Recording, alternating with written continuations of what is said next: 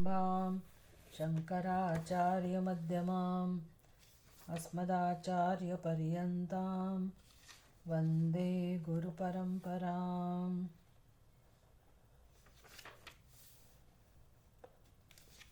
शांति मंत्र।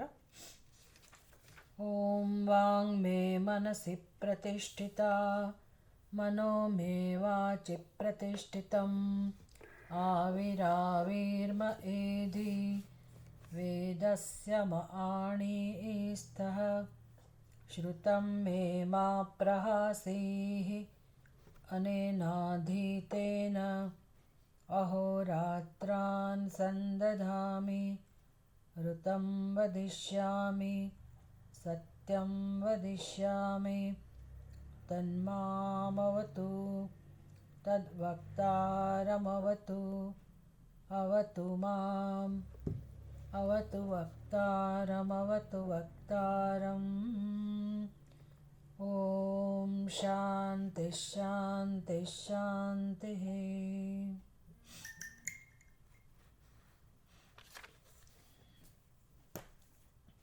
ॐ दयाकरं दयाकारं दान्तं धर्मप्रवर्तकं प्रणमामि दयानन्दं मदाचार्यवरं परम्।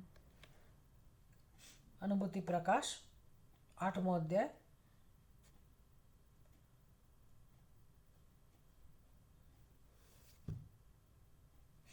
एकत्रीसमो श्लोक।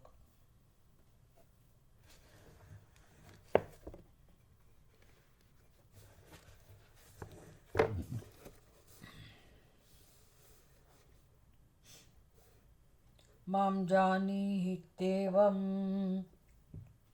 इन्द्रस्वात्मज्ञाने प्रवर्त्यतं प्राणोऽस्मीत्यादिवाक्येन तस्मै तत्त्वमवोचत। प्राणप्रज्ञे क्रियाज्ञान शक्ति द्वे लिङ्गदेहगे तदधिष्ठानरूपत्वात् ताभ्यामात्मोपलक्षितः।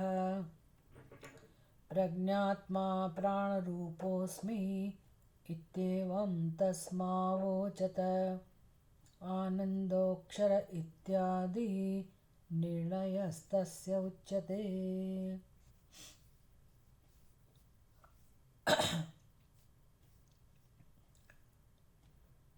તો હવે ઉપદેશ શરૂ થયો। મામ જાનીહી એનો અર્થ શું થાય ખરેખર? તો પ્રતાપદાન એટલું તો સમજી શક્યો કે મામ જાનીહી તો અસ્મત પ્રત્યય, મામ એટલે મને જાણો, તો એ જે અસ્મત પ્રત્યયનો અર્થ હું એ થાય સીધો વાચ્યાર્થ। તો એ વાચ્યાર્થ એટલે સ્થૂળ શરીરમાં અહંભાવ, સ્થૂળ શરીરને આપણે હું કહેતા હોઈએ તો એ પણ અસ્મત પ્રત્યેનો અર્થ થયો।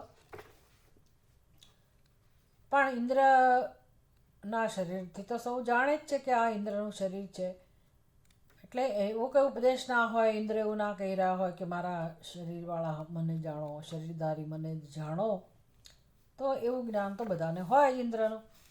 તો પ્રતર્દન તો એટલું તો સમજી જ શક્યો કે ભાઈ મામ જાનીહીનો અર્થ ઇન્દ્રના શરીરને જાણો એ તો ન જ થઈ શકે, એટલું તો એ બહુ સ્પષ્ટ રીતે સમજી શક્યો। પછી સ્થૂળ શરીર નહીં પણ સૂક્ષ્મ શરીર, અસ્મત પ્રત્યે એટલે સૂક્ષ્મ શરીર અને હું કહેવું તો એ તો જ્યારે કોઈ વ્યક્તિ એમ કહે છે કે મારા હાથ દુખે છે, મારું માથું દુખે છે, તો પછી એટલું તો અનુમાન કરી જ શકાય છે કે ભાઈ આ માથું દુખે છે તો એ માથું એ પોતે નથી, જેનું માથું છે એ વ્યક્તિ કહી રહી છે। તો એ લિંગદેહ થયો, સૂક્ષ્મ શરીર થયું, અનુમાન જેનાથી થાય એને લિંગદેહ કહેવાય, જે અનુમાન દ્વારા આપણને જ્ઞાન આપે છે કે ભાઈ અંદર કોઈ સૂક્ષ્મ શરીરધારી કોઈ હોવો જોઈએ જે આ સ્થૂળ શરીરને ધારણ કરનાર છે। એટલે એ સૂક્ષ્મ શરીરધારી અહમ અસ્મત પ્રત્યે જે છે ઇન્દ્ર એને હું કહેતા હોય, જેમ આપણી અંદર જીવભાવ છે તો જ્યારે આપણે પણ કહીએ કે મારા હાથ પગ, તો એનો અર્થ કે એ જે કોણ કહી રહ્યું છે કે મારા હાથ પગ, તો જેના હાથ પગ છે એના કરતાં ભિન્ન જ હોય, તો એ સચ્ચિદાનંદ સ્વરૂપ આત્મા તો ક્યારેય એવું ના કે મારા હાથ પગ એમ. એટલે સૂક્ષ્મ શરીરમાં જે તાદાત્મ્ય હોય એ જ આ પ્રકારે વાત કરી શકે. તો ઇન્દ્ર જ્યારે કહે છે કે મામ જાનીહી, તો એ જીવત્વ જેને કહી શકાય, સૂક્ષ્મ શરીરમાં જેનો અહંભાવ છે એવા મને જાણો, એવો અર્થ પણ એનો ના થઈ શકે. આ બધું પ્રતર્દન પોતાની બુદ્ધિથી સમજી શક્યો. એટલે જ્યારે હિતતમ વસ્તુ માટે વાત કરવામાં આવી એટલે પ્રતર્દને કહ્યું ઇન્દ્રને કે તમે મનુષ્યના માટે જે હિતતમ વસ્તુ હોય એનો ઉપદેશ કરો. તો હવે શું હિતતમ છે પ્રતર્દનને ખબર નથી.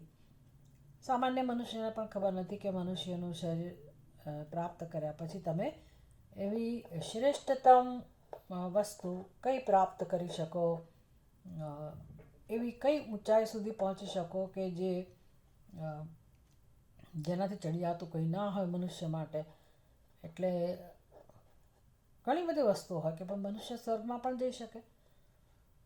તો સ્વર્ગમાં જવું એ પણ સિદ્ધિ છે. અને અનેક પ્રકારની બીજી સિદ્ધિઓ પણ મનુષ્ય પ્રાપ્ત કરતા હોય. જેમ કે ઘણા બધા યોગીઓએ અનેક સિદ્ધિ પ્રાપ્ત કરી હોય. શંકરાચાર્યજી પોતે પોતાની યોગ સિદ્ધિ દ્વારા કેટલી બધી લીલાઓ કરી, એટલે આપણા માટે ચમત્કાર હોય. એ કૂવાની અંદર જઈને, બદ્રીનાથ ધામની અંદર જે કૂવો છે એમાં જઈને જે એમણે મૂર્તિ લાવી આપી, પછી પોતાના ગુરુને એની કુટિયામાં જે પૂર આવ્યું ત્યારે પોતાના ગુરુજીને કેમ બચાવવા, એની કુટિયા કેમ બચાવી, એના માટે શંકરાચાર્યજીએ જે લીલા કરી, તો બધી એની સિદ્ધિઓ હતી. આવા ઘણા બધા સિદ્ધ પુરુષો મનુષ્ય શરીરમાં રહીને સિદ્ધિ પ્રાપ્ત કરનારા સિદ્ધ પુરુષો ઘણા બધા થઈ ગયા. તો પ્રતર્દન કહે છે કે એવી કઈ ઊંચાઈ છે, ક્યાં સુધી મનુષ્ય સિદ્ધિ પ્રાપ્ત કરી શકે, અને સિદ્ધિ પ્રાપ્ત કરે પણ એના હિતમાં છે કે કેમ, એવું હું નથી જાણતો. તો મને તમે નક્કી કરીને કહો. એટલે ઇન્દ્રએ બહુ જ બધું વિચાર્યું કે સ્વર્ગમાં જવું એ પણ હિતતમ નથી. એટલે મનુષ્યની પરાકાષ્ઠા, મનુષ્યની ઉપાધિમાં રહીને પરાકાષ્ઠાની સંભાવના, પોટેન્શિયલ આપણી અંદર શું છે, મનુષ્યની અંદર ભગવાને એવું શું મૂક્યું છે કે જે જો મનુષ્ય જાણી લે, એનો ઉપયોગ કરે તો એ પોતાનું કલ્યાણ કરી શકે અને હંમેશ માટે દુઃખમાંથી મુક્ત થઈ શકે. એવું જો કંઈ હોય તો એ હિતતમ વસ્તુ થઈ કહેવાય. તો પ્રતર્દનને ના સમજાયો, આપણને ના સમજાય કદાચ. તો આ બધી વસ્તુઓ ઇન્દ્રએ બહુ સરસ રીતે ચિંતન કરીને સમજાવ્યું અને નક્કી કર્યું કે ભાઈ મનુષ્યની અંદર એવી સંભાવના ભગવાને મૂકેલી છે કે જો મનુષ્ય તૈયાર થઈ જાય, મનુષ્ય આ બધું વિચારી શકે અને સમજી શકે તો પોતાના જીવનનો એ ઉપયોગ કરી શકે. શેના માટે? હિતતમ વસ્તુ માટે. હિતતમ વસ્તુ કઈ નક્કી થઈ? તો કે સ્વાત્મો બોધ. સ્વાત્મો બોધ હિતતમ કેમ નક્કી થયો?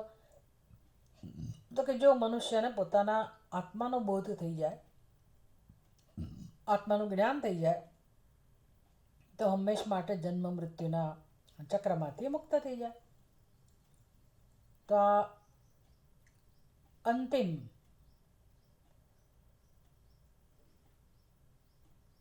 એને તમે સ્ટેટસ કહો કે પછી અંતિમ ફળ કહો અથવા અંતિમ સિદ્ધિ કહો, જેને ભગવાન વિષ્ણુ પરમમ પદમ આપનોતી આવું કહે છે. કઠોપનિષદની અંદર આવો શબ્દ વાપરવામાં આવ્યો કે આવો મનુષ્ય વિષ્ણુ પરમમ પદમ આપનોતી, વિષ્ણુના પરમપદને પ્રાપ્ત કરે છે. એટલે તમે વિષ્ણુનું જે સત્ય છે ત્યાં સુધી પહોંચી શકો. ગીતામાં ભગવાન કહે છે કે યદ ગત્વા ન નિવર્તન્તે, ભાઈ જે પદને પ્રાપ્ત કર્યા પછી પાછા ફરવાનું નથી રહેતું. તદ્ધામ પરમમ મમ, આ મારું પરમધામ છે. એટલે આ બધી સંભાવના મનુષ્યની અંદર છે. બસ મનુષ્ય જાણે એટલી જ વાર છે. ભલે પોતે આ દિશામાં આગળ ના વધી શકે, પણ મનુષ્ય આટલું તો એના જીવનમાં જાણવું જ જોઈએ. મરતા પહેલાં આટલી એને ખબર હોવી જોઈએ કે ભાઈ મારી અંદર આવી સંભાવના ભગવાને મૂકી છે કે હું એ વિષ્ણુના પરમપદને પ્રાપ્ત કરી શકું. અને જ્યાંથી પાછા ફરવાનું જ ના હોય એવા પદને હું પ્રાપ્ત કરી શકું. કદાચ ભલે આ જન્મ મારો એના માટે કામમાં હું ના લાવી શક્યો કે ના લાવી શકી, પણ અંદરથી આ સમજ આવી જવી જોઈએ, જેથી કમસે કમ પ્રાર્થના કરી શકે, સંકલ્પ કરી શકે કે ભગવાન મને ફરી તમે મનુષ્યનો જન્મ આપજો, જેથી આગળના જન્મમાં પણ હું આ દિશામાં આગળ વધી શકું. અને આ જન્મમાં જેટલો પણ સમય છે બધો સમય હું આ પરમાત્માના પરમ સ્વરૂપને પ્રાપ્ત કરવા માટે હું વાપરું. કારણ કે એ પરમાત્માનું સ્વરૂપ એટલે જ મારું પોતાનું સ્વરૂપ છે અને એ જ ઇન્દ્રનું સ્વરૂપ છે. એટલે આત્મબોધ, ઇન્દ્રનો આત્મા જાણો એવું ખાલી શરૂઆત છે, પણ કે ઇન્દ્ર કે પોતાના આત્માનો ઉપદેશ નથી આપવાના. પોતાના આત્માનો ઉપદેશ આપે તો આપણા માટે નકામું છે. જો એમનો આત્મા જુદો હોય તો એમને જાણીને આપણે શું કરવાનું? અમે આપણે ઘણા મહાપુરુષોને જાણીએ જ છીએ કે બધા બહુ મહાન થઈ ગયા, તો આપણો અહોભાવ હોય જ છે એમના માટે. અને દેવી દેવતાઓ પણ મહાન છે, આપણે એની આરાધના કરતા હોઈએ તો આપણને એની મહાનતાની ખબર છે જ. આપણે પૂજા કરીએ એમની, એમને આદર આપીએ, નમસ્કાર કરીએ, પ્રાર્થના કરીએ અને ગમે તેટલી ભક્તિ કરો તો એ તે દેવતાઓ કે મહાપુરુષો એ જે છે તે છે ને આપણે જે છે તે છીએ. આપણામાં કોઈ પરિવર્તન નથી આવતું. હા, આપણી અંદર ચિત્ત શુદ્ધિ થાય, ભક્તિભાવ વધે, આપણે એમની કંઈ સેવા કરીએ તો આપણને કંઈ પુણ્ય પ્રાપ્ત થાય, આ બધું ભલે હોય, પણ આપણું જીવત્વ અકબંધ રહે છે. એટલે ઇન્દ્ર જ્યારે કહે છે કે મામ જાનીહી, તો એનો અર્થ એ થયો કે ભાઈ ઇન્દ્રને જાણીને મને શું ફેર પડવાનો, પ્રતદનને શું લાભ થવાનો? હિતતમ વસ્તુ કે ઇન્દ્રને જાણવો એ તો નથી જ, તો બધા જાણે છે. છતાં ઇન્દ્ર કહે છે કે મને જાણો, એટલે બહુ જ ચિંતન માગી લે છે કે ભાઈ શું વસ્તુ છે ઇન્દ્રમાં, અને એને જાણીને મને લાભ થાય એવું કઈ રીતે શક્ય બને? તો એવું ત્યારે જ શક્ય બને કે ઇન્દ્રનું સત્ય ને આપણું સત્ય એક જ હોય, અને ભગવાનનું સત્ય ને ઇન્દ્રનું સત્ય પણ એક જ હોય. એનો અર્થ કે આપણું સત્ય ને ઈશ્વરનું સત્ય પણ એક જ હોય, તો જ આ જાણવાથી લાભ થાય. અને તો જ પછી યદ ગત્વા અનિવર્તન્તે, જ્યાં ગયા પછી પાછા ફરવાનું રહેતું નથી. એ બધી જે ભગવાનની વાતો છે એ સાચી સાબિત થાય. એટલે કોઈની મહાનતાને જાણીને આપણને ફાયદો ન જ થાય તો નક્કી છે એ વ્યક્તિ પોતે મહાન છે, તો મહાન જ રહીને આપણે જ્યાં છીએ ત્યાં જ રહેવાના. તો શું કરવું? એ મહાનતા અને કઈ રીતે ઓળખવી? એટલે ઇન્દ્ર એવી કઈ વસ્તુને જાણવાનું કહે છે? મામ જાનીહી, મામ જાનીહી ઇત્યેવમ ઇન્દ્ર સ્વ આત્મજ્ઞાને પ્રવર્ત્યતમ. તો જ્યારે ઇન્દ્ર કહે છે કે મને જાણો, એનો અર્થ તો એવો જ થાય કે તું તને જાણ, આપણે આપણને જાણીએ, એ જ એનો અર્થ થાય. કારણ કે ઇન્દ્રનું સ્થૂળ શરીર છે, એને જાણીને આપણને કંઈ ફાયદો નથી, એ તો જણાયેલું જ છે. ન જાણતા હોય તો જાણવાની વાત આવે. સૂક્ષ્મ શરીરે એ અનુમાનથી જાણી જ શકાય કે અંદર હોવું જ જોઈએ, તો એને જાણીને પણ આપણને કંઈ ફાયદો ના થાય. એટલે એવું કયા મને જાણવાનું કહે છે? તો કે ઇન્દ્ર પોતાના આત્મ સ્વરૂપને જાણવાનું કહે છે. એનો અર્થ એ થયો કે દરેકે પોતાના આત્મ સ્વરૂપને જાણવું જોઈએ. એટલે કહે છે કે સ્વાત્મ જ્ઞાને પ્રવર્ત્યતમ. તમ એટલે પ્રતર્દનમ, પ્રતર્દનને સ્વાત્મ જ્ઞાન માટે પ્રેરણા આપે છે.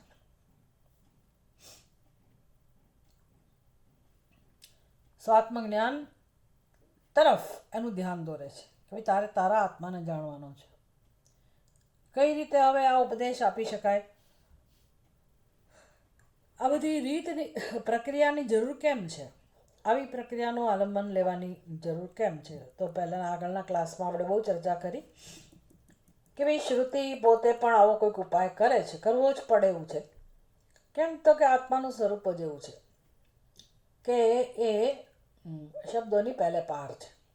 આત્માનો ઉપદેશ ખરેખર તો થઈ જ ના શકે. એટલે જ્યારે આત્માના વિશે કે વાત કરવાની આવે તો પછી મૌન વ્યાખ્યા, મૌનથી એનો ઉપદેશ થાય, એટલે કે શબ્દ એના માટે નકામા છે. તો શબ્દ કયા ક્ષેત્રમાં કામ કરી શકે? તો કે શબ્દ એટલે વાણી. કાં તો તમે એના વિશે બોલી શકો, કાં તો તમે એના વિશે સાંભળી શકો. તો શબ્દ એનું માધ્યમ છે અને શબ્દની પોતાની એક આગવી શક્તિ છે. એટલે બોલવું એટલે કહેવું, તો એ વિષયમાં કંઈક કહેવું એ શબ્દોના માધ્યમથી થાય. એ વિષયમાં ક્યાં સાંભળવું તો એ પણ શબ્દના માધ્યમથી થાય. પણ આત્મા તો શબ્દની પહેલે પાર છે. અશબ્દમ અસ્પર્શમ અરૂપમ અરસમ અગંધવચ્ચ, એમ તો વર્ણન આવું છે. એટલે જેનું જેનું વર્ણન થઈ શકે આત્મા નથી. તો નહીં, બોધ તો આત્માનો જ પ્રાપ્ત કરવાનો છે. સ્વાત્મબોધો હિ હિતતમઃ, આવું કહેવામાં આવ્યું. એ પોતાના આત્મ સ્વરૂપનું જ્ઞાન પ્રાપ્ત કરવું એ જ હિતતમ છે. પણ જ્ઞાન પ્રાપ્ત કરવું કે કરાવવું કઈ રીતે, એનો કોઈ ઉપાય જ નથી ખરેખર શાસ્ત્રમાં. નેતિ નેતિ જ્યાં વેદ વધે છે, એટલે પછી ન ઇતિ એક જ ઉપાય બચે છે. કારણ કે આપણે એને અમુક રીતે માની લીધો છે. કેવો માની લીધો છે આત્માને? તો કે નામરૂપવાળો, દેહવાળો, આકારવાળો, રંગવાળો, રૂપવાળો, ગુણોવાળો, જાતિવાળો, ક્રિયાવાળો, એવું આપણે આત્માને માનીએ છીએ. એટલે કે આપણા હું વિશેના જે ખ્યાલ છે તે. તો હવે શ્રુતિ મારું ધ્યાન આત્મા તરફ દોરવા ઈચ્છે તો એની પાસે કયો ઉપાય છે? શ્રુતિ કહે છે કે ન ઇતિ બી તું જેને આત્મા કહે છે આત્મા નથી. આ સિવાય શ્રુતિ પાસે બીજો કોઈ ઉપાય જ નથી રહેતો. એટલે જેટલું મારી બુદ્ધિમાં હું વિશે હું માનું છું, હું વિશેનો જે મારો નિર્ણય છે, એ બધા નિર્ણયની બાદબાકી થતી જાય, એનો અપવાદ થતો જાય, અને પછી જ્યારે કશું બાદ કરવા યોગ્ય રહે જ નહીં, અપવાદ કરવાવાળી વસ્તુ જ ના રહે, એટલે કે અપવાદ કરનારો જે છે એનો પણ અપવાદ થઈ જાય. એટલે બોલનારાનો અપવાદ થઈ ગયો, સાંભળનારનો અપવાદ થઈ ગયો. તો હવે તો મૌન જ બચ્યું. ત્યાં મૌન જ બચ્યું. કોઈ કરતા નથી, કોઈ ભોગતા નથી, કોઈ અહંકાર નથી. અને જે અનુભૂતિ છે, એટલે હવે ક્યાંય વર્ણન કરનારું કોઈ નથી, વર્ણન કરવાનો કોઈ વિષય નથી, વર્ણનની પ્રક્રિયા નથી. ત્રિપુટી શાંત થઈ ગઈ અને કેવળ અસ્તિ બાતિ પ્રિય સચ્ચિદાનંદની અનુભૂતિ જે છે એ બચે છે. તો અહીં સુધી મારી બુદ્ધિ પહોંચી જાય તો પછી એ અનુભૂતિ સ્વાત્માના રૂપમાં જ થાય છે. એ જ ખરો હું છે.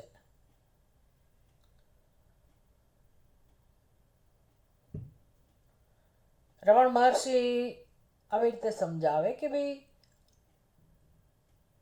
અહમ અહમિતિ અહમિનાશ ભાજે અહમ અહમ ઇતિ સ્ફુરતિ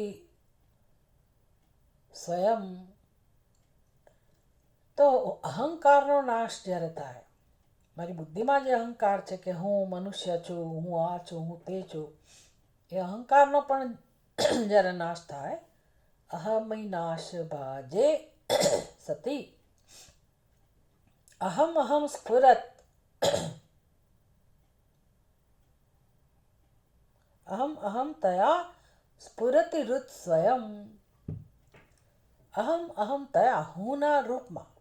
પછી એ અહમ ગુજરાતી, અંગ્રેજી, હિન્દી એની સાથે કોઈ સંબંધ નથી, કોઈ ભાષા સાથે સંબંધ નથી.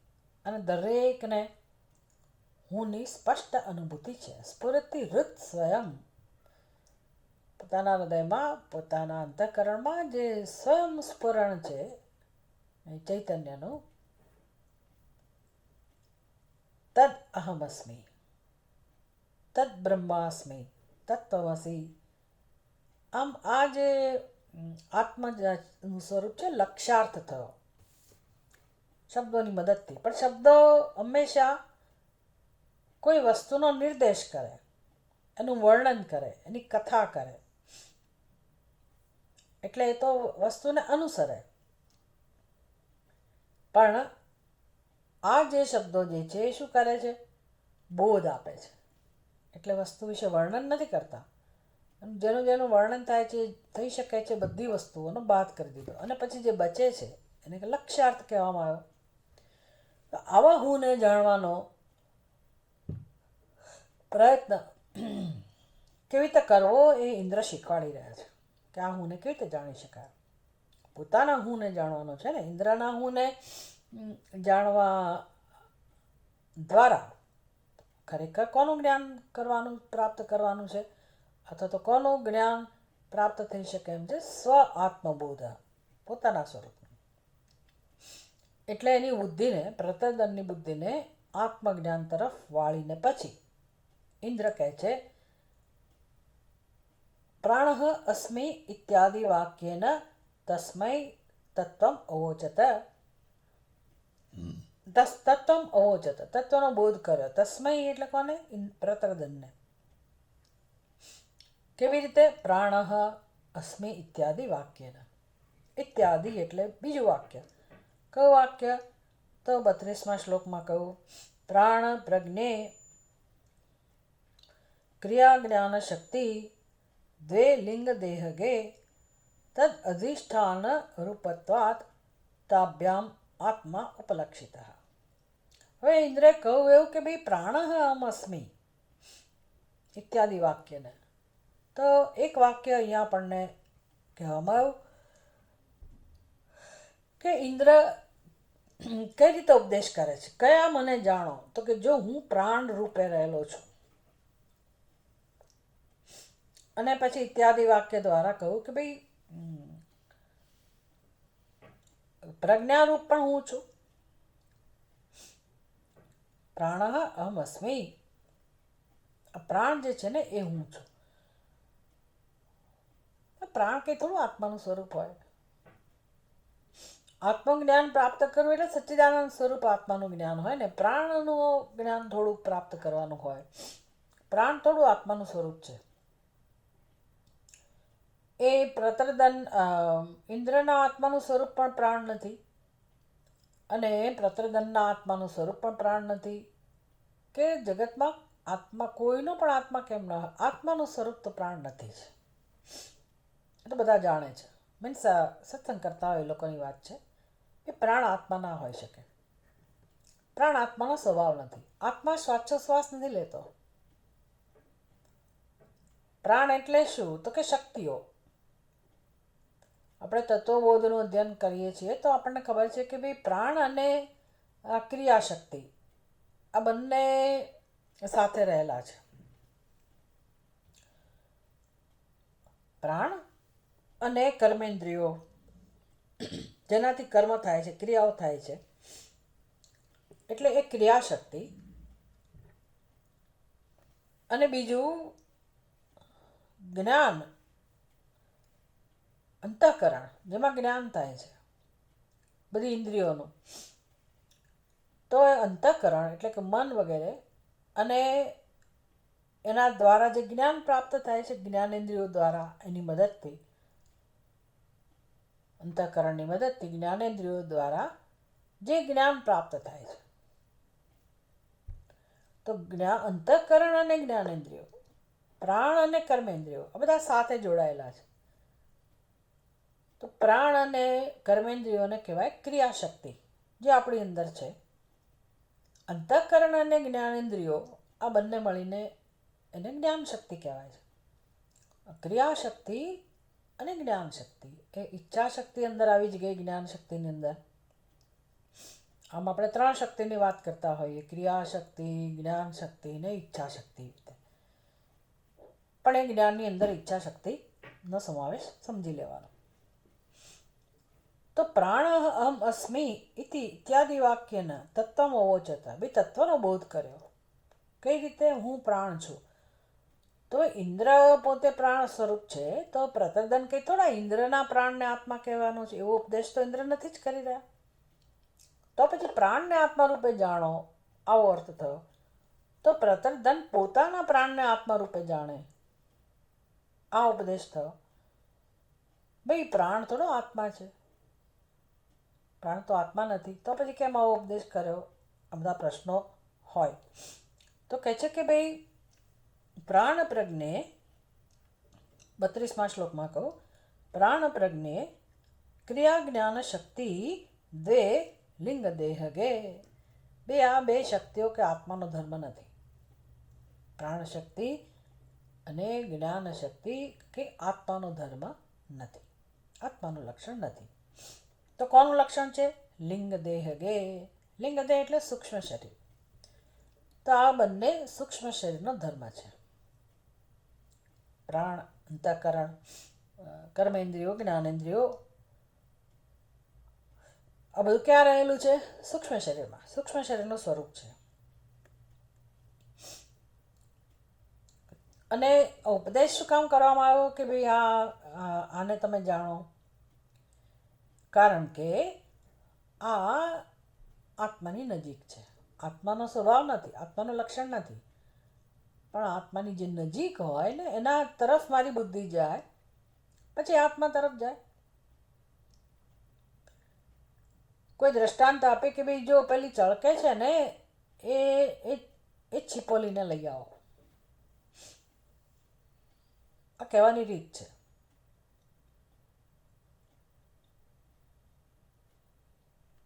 અથવા તો તમને જે ખરેખર સાપ દેખાય છે ને ત્યાં ધ્યાનથી જુઓ. તો હવે સાપ કંઈ દોરડું નથી, પણ મને સાપ દેખાય છે. તો એ ભલે મારો ભ્રમ હોય, પણ એ કોના વિષયમાં ભ્રમ છે? તો કે દોરડાના વિષયમાં. એટલે મને દોરડું દેખાવાનું ક્યાં છે? દોરડાનું જ્ઞાન ક્યાં થવાનું છે? જ્યાં સર્પ દેખાય છે ત્યાં. એટલે આ ખરેખર ભ્રમ કેટલો ઉપયોગી છે, વિચાર કરો. આપણા નામરૂપ, આપણું શરીર, આપણી ઉપાધિ અનાત્મા છે. સ્થૂળ શરીર હોય કે સૂક્ષ્મ શરીર હોય, કારણ શરીર તો વિચારવું અજ્ઞાન જ છે. પણ એ બધા દ્વારા પણ મને કોનો નિર્દેશ થઈ શકે છે? તો કે આત્માનો. બસ આ બહુ મજાની વાત છે કે ભલે આ બધું મિથ્યા હોય, પણ અત્યારે મને આત્માના જ્ઞાન માટે એ કેટલું બધું મહત્વનું બને છે કે ભાઈ છે તો હું એના માધ્યમથી આત્માની સમક્ષ જોઈ શકું છું. એટલે આ પ્રકારનો બોધ પ્રાપ્ત કરવો મૂળ સ્વરૂપનો, તો એની શરૂઆત ક્યાંથી થાય? તો કે એના વિશે જે ભ્રમ છે એ ભ્રમ તરફ પહેલાં મારું ધ્યાન દોરવામાં આવે છે. ભાઈ તમે જેને હું કહો છો તો ત્યાંથી શરૂઆત કરો. પ્રાણ પ્રજ્ઞે ક્રિયા જ્ઞાન શક્તિ દ્વે લિંગ દેહે. તો પ્રાણમાં આપણો અહંભાવ છે. પ્રાણને આપણે હું કહીએ છીએ, કર્મેન્દ્રિયને હું કહીએ છીએ, જ્ઞાનેન્દ્રિયને હું કહીએ છીએ, અંતઃકરણને હું કહીએ છીએ. તો એ આત્મા છે નહીં. પણ હવે બહુ જ આપણે બહાર જે આપણી બુદ્ધિ ફેલાયેલી છે, જગતને સત્યતા આપીએ છીએ અને હવે આત્માની શોધ કરીએ છીએ કે આત્માના દર્શનની ઈચ્છાવાળા છીએ. તો મારે એ આત્માનું ખરેખર જ્ઞાન પ્રાપ્ત કરવું હોય, અનુભૂતિ કરવી હોય, તો મારા વિશે ગમે તેવા ખ્યાલ મારી બુદ્ધિમાં હોય, મારે એ હુંમાં જ રસ લેવો પડે. આવી વાત છે. એટલે આખી પ્રક્રિયા તદ્દન જુદા પ્રકારની છે. ઘણીવાર ઉપાસકોને આ બધું ના ગમે, ભક્ત લોકોને ના ગમે, કારણ કે એમને તો ભગવાનનો મહિમા, એમાં એની પ્રિય બુદ્ધિ હોય, શ્રેષ્ઠ બુદ્ધિ હોય.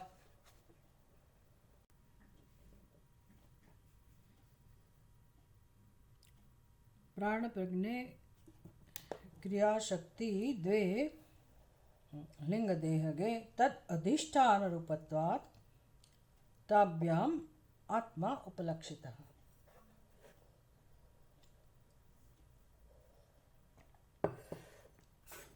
વાત તો સાચી છે કે ભાઈ ક્રિયાશક્તિ કે આત્માનું સ્વરૂપ નથી, જ્ઞાન શક્તિ પણ આત્માનું સ્વરૂપ નથી. એટલે કે પ્રાણ અને જ્ઞાન શક્તિ જે છે એ કંઈ આત્માનું સ્વરૂપ નથી. એ તો સૂક્ષ્મ શરીરનો ધર્મ છે, આત્માનો કંઈ ધર્મ નથી. તો શું કામ એનો બોધ કહેવામાં આવ્યો કે મામ જાનીહી? એટલે પ્રાણ અહમ અસ્મિ, એવું ઇન્દ્ર શું કામ કહે છે કે હું પ્રાણ છું? પ્રાણશક્તિ ની સાથે જ્ઞાન શક્તિ, બંને હું છું એવું બોધ કેમ કરવામાં આવ્યો? તો કે તદ અધિષ્ઠાન રૂપત્વાત તાભ્યામ આત્મા ઉપલક્ષિતા. એ આત્માનો ધર્મ એ નથી, પણ આત્માની અનુભૂતિ ત્યાં જ થવાની છે. એટલે પરમાત્માનું જ્ઞાન પ્રાપ્ત કરવું હોય તો આત્મામાં રસ લેવો જ પડે, એવી વાત થઈ ગઈ. કોઈ લોકો તૈયાર ના થાય કે ના અમે તો અમારા ઈષ્ટદેવ છે એને જાણીએ એટલે કામ થઈ ગયું. પણ ઈષ્ટદેવને આપણે ગમે તેટલું ભજીએ, બધું કરીએ, એની કૃપા અને રસ્તો તો એ છે જ, એમાં કોઈ પ્રશ્ન જ નથી. ભગવાનનું ભજન, ભગવાનની ભક્તિ, ભગવાન માટે પ્રેમ. પણ પછી જેમ કેનોપનિષદમાં ઉપદેશ કરવામાં આવ્યો કે ભાઈ તમે જેની ઉપાસના કરો છો, નયદમ યદિદમ ઉપાસતે, તમે જેની ઉપાસના કરો છો તે આ નથી. એટલે એ નથી એટલે કઈ રીતે નથી? તો કે તમે એ ઈશ્વરની ઉપાસના કેવી રીતે કરો છો? ભક્ત ઉપાસના કરે તો ઈશ્વરની કેવી રીતે કરે? પોતાનાથી ભિન્ન. ભક્ત પોતાના સ્વરૂપને ભગવાનથી જુદું સમજીને પછી ભગવાનની ઉપાસના કરે છે. તો ભગવત તત્વ જે છે એ કેવું છે? તો કે તો અદ્વિતીય છે, અખંડ છે, પૂર્ણ છે. એટલે એ જે ભગવત તત્વની ઉપાસના થઈ રહી છે એ એની અનુભૂતિ તો આત્મા રૂપે જ થવાની છે. એટલે આપણે અંતર રાખીએ છીએ કે મારા કરતાં ભિન્ન એ પરમાત્મા છે, તો પછી એમાં આત્માનો તો સમાવેશ થતો જ નથી. અને આત્મા વિશે જે ભ્રમ છે તો છે જ પાછો બુદ્ધિમાં. એટલા માટે અંદરની તરફ આપણી બુદ્ધિને વાળવા માટે જ્ઞાન શક્તિ અને ક્રિયાશક્તિ ને પહેલાં ઓળખવાની વાત કરવામાં આવી કે ભાઈ એ આત્માની સમીપ છે એટલા માટે. અને એનું અધિષ્ઠાન જે છે તે આત્મા છે. તદ અધિષ્ઠાન રૂપત્વાત તાભ્યામ આત્મા ઉપલક્ષિત. આત્મા બંનેનું અધિષ્ઠાન હોવાથી આ બંને વડે આત્માનો નિર્દેશ કરવામાં આવ્યો.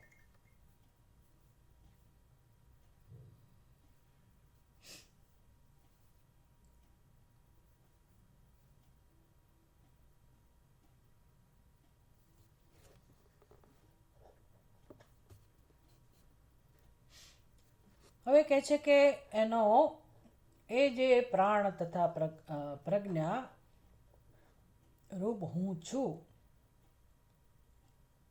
અને તે પ્રજ્ઞાત્મા આનંદાદિ રૂપ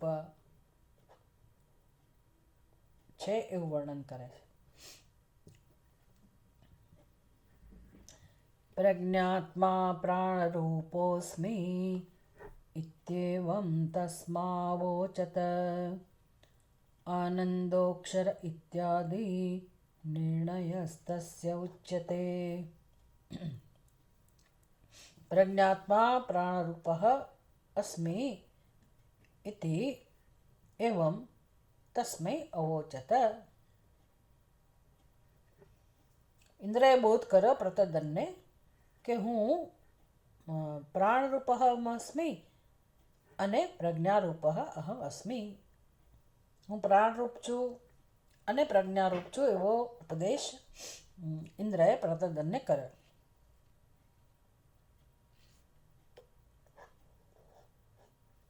એને કારણે હવે એનો અર્થ શું થયો?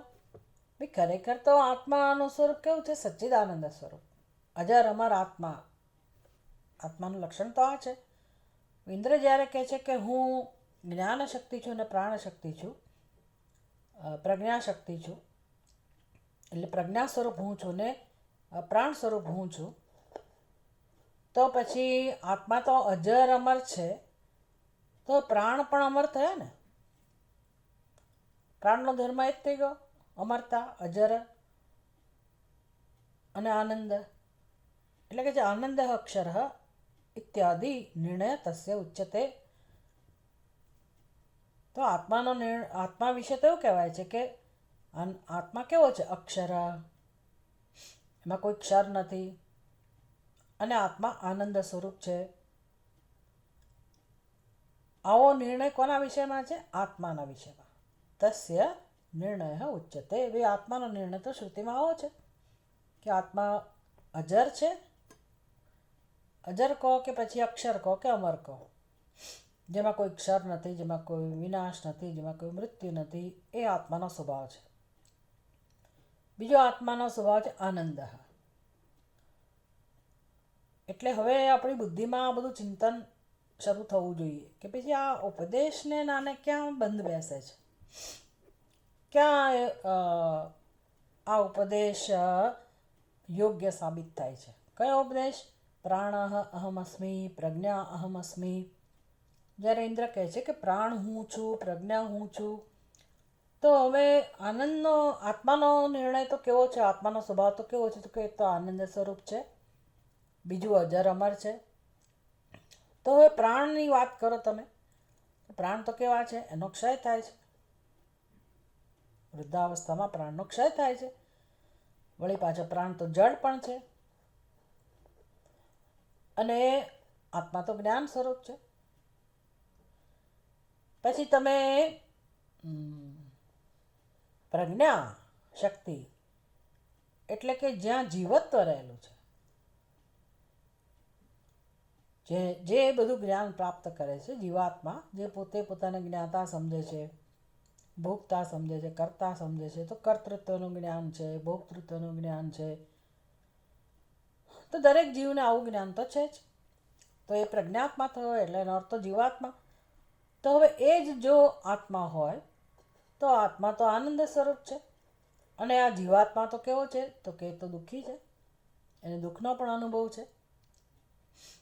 એટલે શરીરમાં જ્યારે પીડા થાય છે તો આત્માને પીડા, આત્મા એવું માને છે કે હું દુઃખી છું, એટલે જીવાત્માને દુઃખનો અનુભવ પણ છે. અને આત્મા તો આનંદ સ્વરૂપ છે, એટલે આત્મામાં દુઃખ ન હોવું જોઈએ. જ્યારે જીવાત્માને દુઃખનો અનુભવ છે. પ્રાણ આત્મા હોય તો એમાં અક્ષર ન હોવો જોઈએ.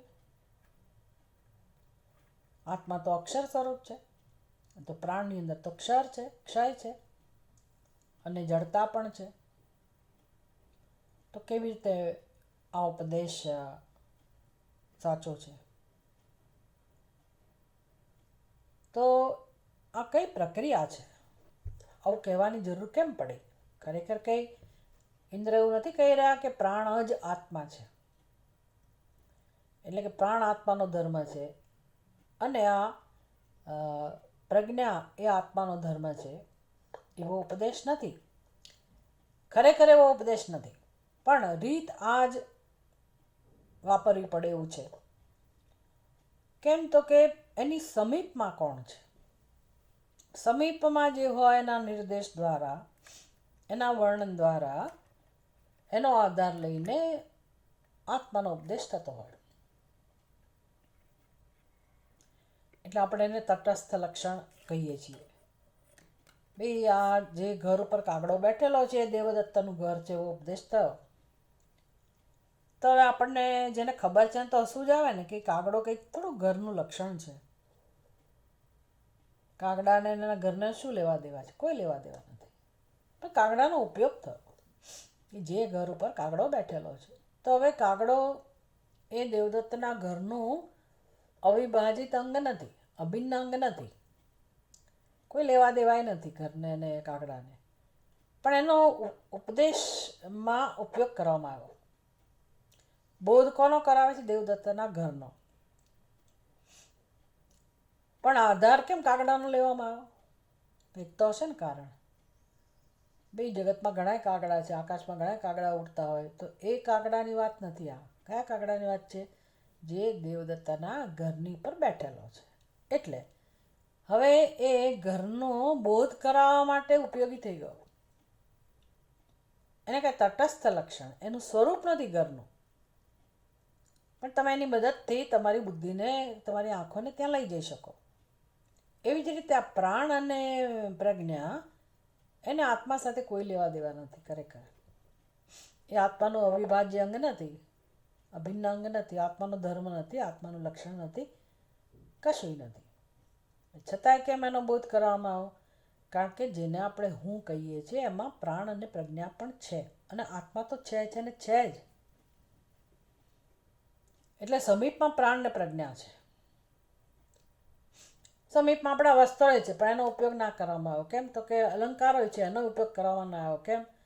તો કે ભાઈ આ સ્થૂળ શરીર છે પણ એનો ઉપયોગ પણ ના કરવામાં આવ્યો. હા, તૈત્તરીય ઉપનિષદમાં કરવામાં આવ્યો કે ભાઈ આ સ્થૂળ શરીર અન્નમય કોષ, ત્યાંથી શરૂઆત થઈ કે ભાઈ એને બ્રહ્મ જાણો. ભાઈ જે તો બધા જાણે જ છે ને, નવું શું જ્ઞાન આપો? તો કે ના, એને તમે પહેલાં તમારી બુદ્ધિ કેન્દ્રિત કરો, ફોકસ કરો એના ઉપર, અને પછી અન્યોતર આત્મા, બે એનાથી અંદર જુઓ, ધ્યાનથી જુઓ બીજું કોઈક હું છે, એની અંદર જાઓ હજી કોઈ હું છે, એમ કરતાં કરતાં સચ્ચિદાનંદ સ્વરૂપ આત્મા તરફ આપણું ધ્યાન દોરવામાં આવે છે. આ બધી પ્રક્રિયાઓ છે.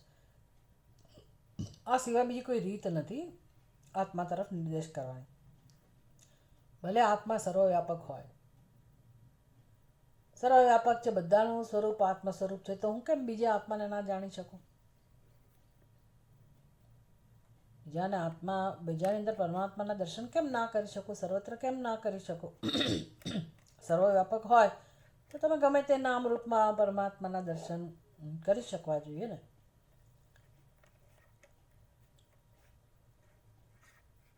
શું કામ મારે મારામાં જ રસ લેવાનો? તો કે ગમે ત્યાં તમે દર્શન જરૂર કરી શકો, પણ તમને અનુભૂતિ જે પરમાત્મા સ્વરૂપની છે ને, એ શુદ્ધ રૂપે જે અનુભૂતિ પરમાત્માની થઈ શકે એ તો કેવળ આત્મરૂપે જ થઈ શકે. એટલે હું માં રસ લીધા વગર ચાલે એવું જ નથી. એટલે અત્યારે આપણે પ્રાણને હું કહીએ છીએ, પ્રજ્ઞાને હું કહીએ છીએ, એટલે કે પ્રાણ શક્તિ, ક્રિયાશક્તિને, જ્ઞાન શક્તિને હું કહીએ છીએ. મેં કહું, મારું જ્ઞાન, મારા વિચારો, મારી આવડત, મેં જ્ઞાન શક્તિઓ, મેં જોયું, મેં સાંભળ્યું, મારો અનુભવ કહે છે. બસ અનુભવના આધારે આપણે પોતાનો નિર્ણય લઈએ છીએ ને. અત્યારે મને સુખનો અનુભવ થાય છે એટલે હું સુખી, અત્યારે મારા મનમાં મને દુઃખનો અનુભવ થાય છે એટલે હું દુઃખી. આ પ્રાણ પ્રજ્ઞા થઈ, અરે આ પ્રજ્ઞા શક્તિ થઈ. મેં કર્યું, હું કરીશ, મેં કર્યું, કેટલું કર્યું, ક્યાં સુધી કરું, આ બધી ક્રિયાશક્તિ થઈ. એમાં આપણો અહંભાવ છે. તો કહે છે કે આ જે બધું પ્રાણ અને જ્ઞાન છે, પ્રજ્ઞા છે, એનું જે અધિષ્ઠાન છે એમાં રસ લો. એ બધાના અનુભવો શેને કારણે છે? એનું જ્ઞાન પ્રાપ્ત કરવાનું છે. અને એ તો આનંદ સ્વરૂપ છે, અક્ષર સ્વરૂપ છે. તો હવે વિચાર આવે કે તો પછી આ ક્રિયાશક્તિ ને પ્રજ્ઞાશક્તિ આત્માનો ધર્મ ના હોય? એટલે આગળ કહે છે 34મા શ્લોકમાં, અત્રોપાયો નાસ્તિ કશ્ચિત ઉપાધિમુપલક્ષકમ વિનાત્મવાચક શબ્દ યસ્માન્ન ક્વાપી વીક્ષતે. અત્ર ઉપાયઃ ન અસ્તિ કશ્ચિત ઉપાધિમ ઉપલક્ષકમ વિનાત્મવાચક શબ્દ યસ્માત ન ક્વપી વીક્ષતે. આપણે એનો અન્વય કરીએ. 1 નંબર ક્યાં છે ભાઈ? ઉપાયઃ અત્ર ઉપલક્ષકમ ઉપાધિમ વિના. અત્ર ઉપલક્ષકમ ઉપાધિમ વિના કશ્ચિત ઉપાયઃ ન અસ્તિ.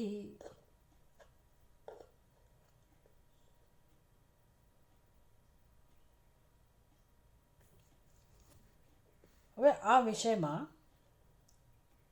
અત્ર એટલે અહીં આ વિષયમાં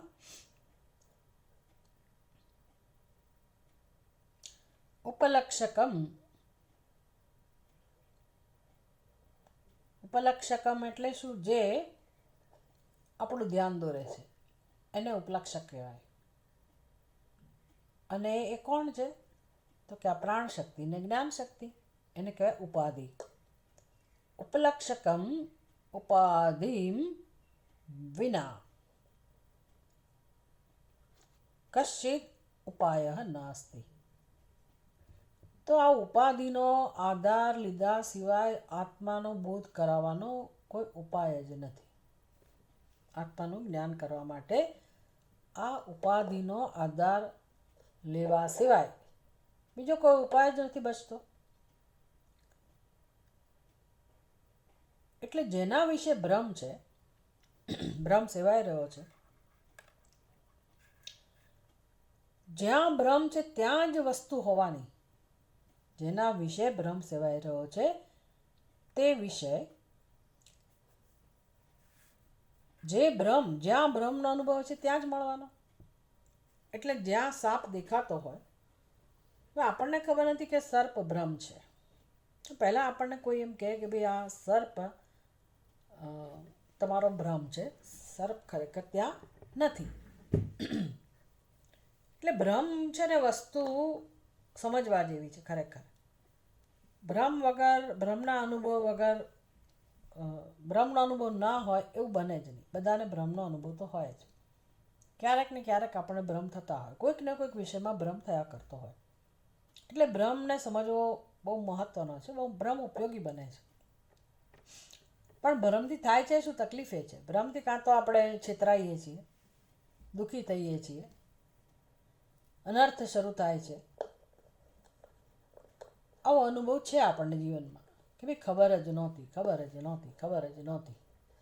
પહેલેથી ખબર હોત કે આ વ્યક્તિ આવી છે તો આપણે એની સાથે આમ જ ના કરત, તેમ જ ના કરત. આવું બિચારા લોકો પછતાતા હોય. કોઈ માણસ આપણને આવીને છેતરી જાય અને આપણે સાચું માની લઈએ, પછી પાછળથી પસ્તાઈએ. તો ભ્રમ અનેક પ્રકારના હોય. આપણે દ્રષ્ટાંત રજ્જુ સર્પનું આપતા હોઈએ છીએ હંમેશા.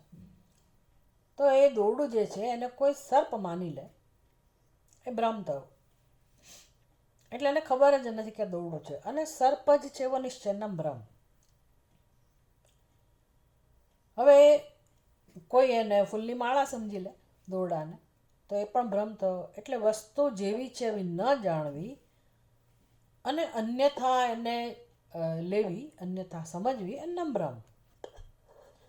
હવે એ ભ્રમ આપણને નુકસાન ન કરતો હોય તો કંઈ વાંધો નથી, પણ એવું બને જ નહીં કે ભ્રમ નુકસાન ના કરે. કઈ રીતે નુકસાન કરે? દોરડાની જગ્યાએ આપણને ફૂલની માળા દેખાય તો એને નુકસાન શું કર્યું?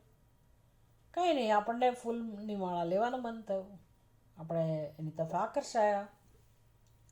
એટલે પેલી છીપોલીએ બિચારી, એક છીપોલીમાં ચાંદીનો ભ્રમ થયો, તો છીપોલીએ શું નુકસાન કર્યું આપણું? કંઈ નહીં, આપણને ચાંદી જોઈને એક આકર્ષણ ઉત્પન્ન થયું, આપણે ચાંદી લેવા ગયા. એટલે એમાંથી ઘણું બધું મેળવવાની અપેક્ષા હોય, અને પછી જ્યારે ખબર પડી કે આ ચાંદી નથી તો એ દુઃખ થવાનું. એટલે ખરેખર આપણને કશુંક મળ્યું હોય ને જતું રહે તો દુઃખ થાય. સમજે આ તો માની લીધું હતું કે મને અહીંથી ચાંદી મળવાની છે, પૈસા મળવાના છે, અને પછી ના મળે એનું દુઃખ છે. વિચાર કરો ભ્રમ શું કરાવે છે.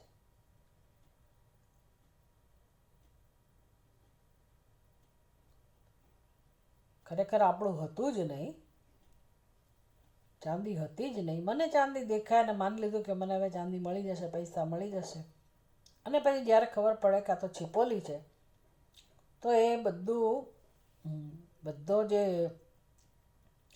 પસ્તાવો થાય આપણને, એને આપણે લોસ કહીએ, નુકસાન કહીએ, દુઃખી થઈએ કે ભાઈ મને છેતરાયા આપણે.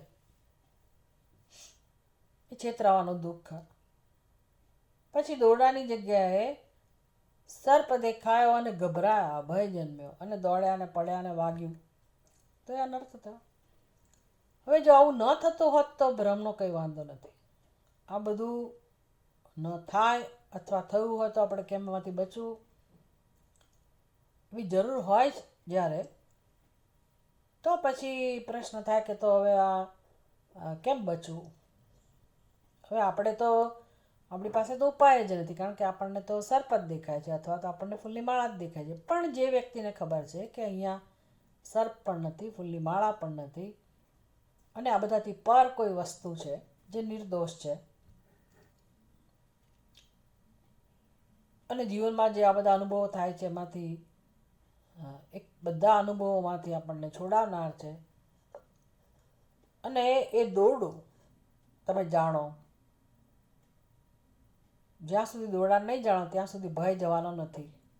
તો બધું સમજાય આપણને કે હા, વાત તો સાચી છે ભાઈ, અને હું ઈચ્છું છું કે ભયમાંથી મુક્ત થવું. તો હવે હું એ ભયનું કારણ જાણવા પ્રયાસ કરું કે ભયનું શું કારણ છે. જો આ વસ્તુ બધી બરાબર દ્રષ્ટાંતમાં સમજાઈ જાય તો આપણા જીવનમાં પણ આપણને એને લાવી શકીએ કે ભાઈ આપણા જીવનમાં સમસ્યા કેવી છે. તો કે આ જ સમસ્યા છે ભ્રમ, જેને અધ્યાસ કહેવામાં આવે, અધ્યારોપ કહેવામાં આવે. ભ્રમ એ મૂળભૂત સમસ્યા છે. તો મને એ દોરડું જોવાનું કોઈ કહે કે ભાઈ તમે ત્યાં સત્ય જાણો, સર્પ નથી પણ સર્પનું જે સત્ય છે એને જાણો, તો મારે ક્યાં જોવું પડે?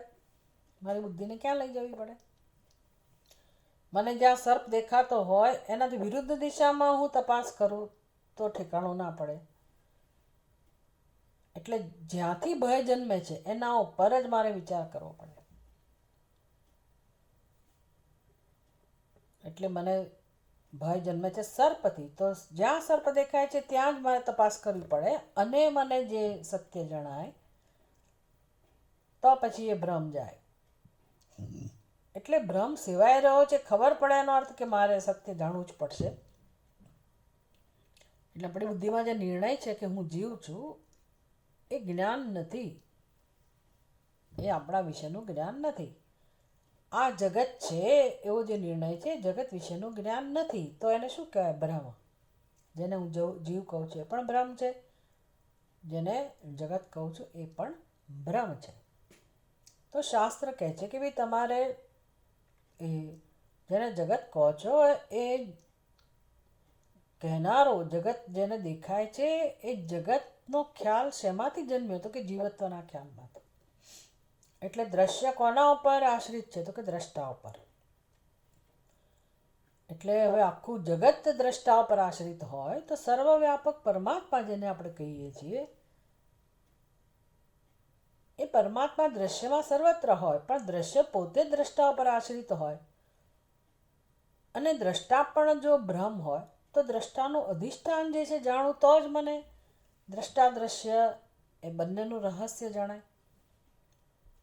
બસ આ સમજાવવું જોઈએ આપણને. એટલે જેને આપણે હું કહીએ છીએ, દ્રષ્ટા કહીએ છીએ એટલે આપણો જે ભ્રમ છે આપણા વિશેનો એ કેવો છે? તો કે પ્રાણ હું છું, પ્રજ્ઞા હું છું, પહેલાં તો સ્થૂળ શરીર હું છું, પછી સ્થૂળ શરીરને આધાર આપનાર કોણ છે, અથવા તો નજીક વધારે અંદર સૂક્ષ્મ કોણ છે? તો પ્રાણ અને પ્રજ્ઞા. આ ઉપનિષદની પ્રક્રિયા છે.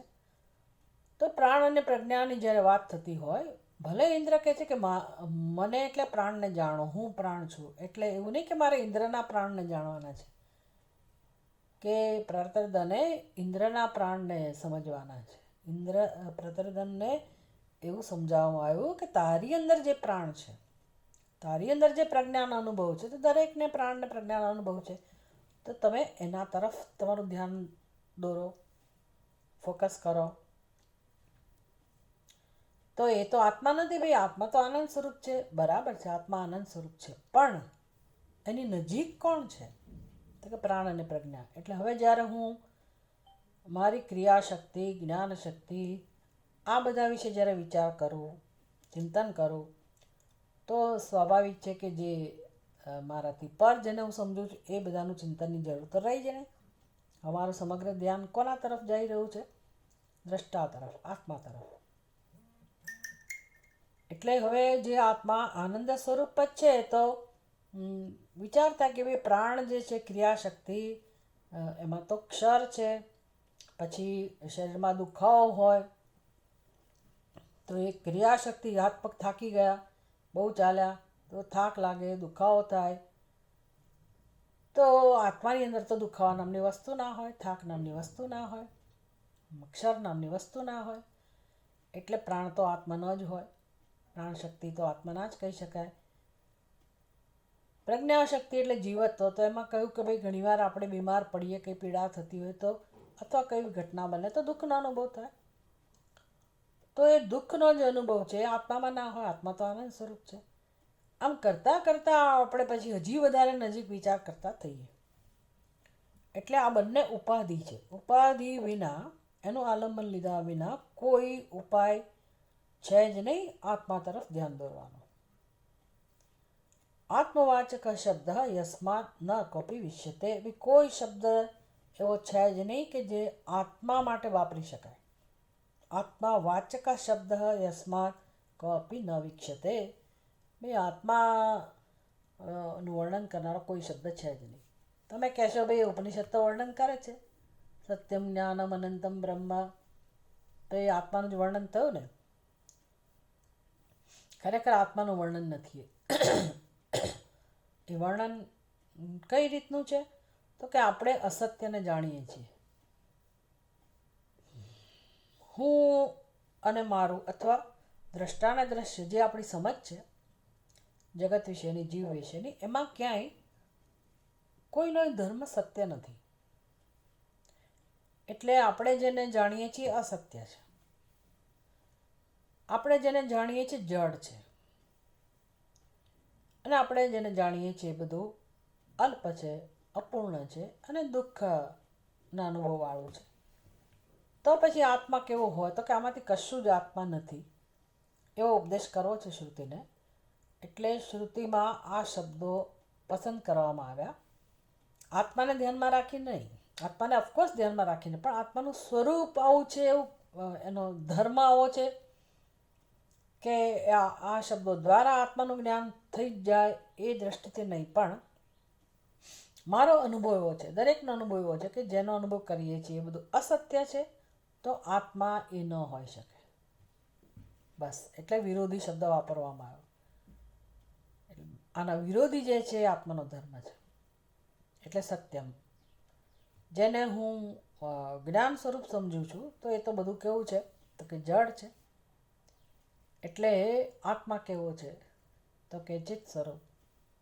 અને બાકી બધું જે વિકારી છે, ક્ષર સ્વરૂપ છે, દુઃખરૂપ છે, અને આપણા અનુભવમાં છે. તો કે આત્મા કેવો છે? એનાથી વિપરીત. એટલે વિરુદ્ધ શબ્દો દ્વારા આત્માનો નિર્દેશ કરવામાં આવે છે. ખરેખર એ શબ્દો કે આત્માના વાચક નથી, બધા લક્ષ્યાર્થ માટે છે.